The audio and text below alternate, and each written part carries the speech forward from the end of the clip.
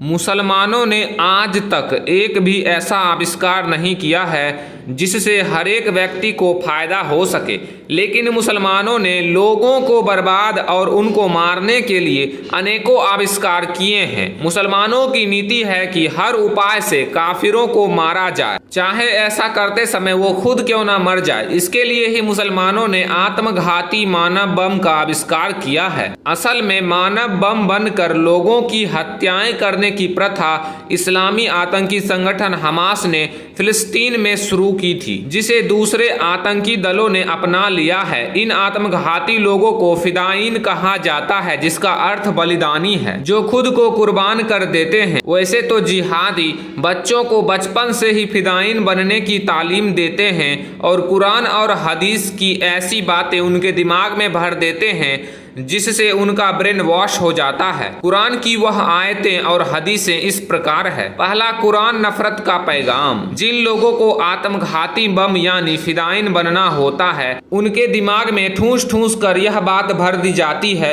जो कुरान की इस आयत में बताया गया है। बस मैदान में उतर जाओ और समझो कि तुम एक दूसरे के दुश्मन हो और तुम्हें इस धरती पर केवल निर्धारित समय तक रहना है और तुम्हें उतने जीवन के लिए सामग्री दी गई है। सूरा अल-अराफ 7:24। इस तालीम के कारण फिदाइन में अपने जीवन से कोई लगाव नहीं रह जाता है। दूसरा, अल्लाह प्राण खरीद लेगा। जब लोगों को अपने प्राणों से कोई लगाव नहीं रहता है तो अल्लाह उनको लालच देकर उनके प्राण खरीद लेता है। यह कुरान कहती है। निसंदेह अल्लाह ने ईमान वालों से उनके प्राण और माल जन्नत के बदले खरीद लिए हैं, इसलिए वह मरते भी रहें और मारते भी रहें। सूरा तौबा 9:111। तीसरा, जिहाद से आतंक फैलाओ।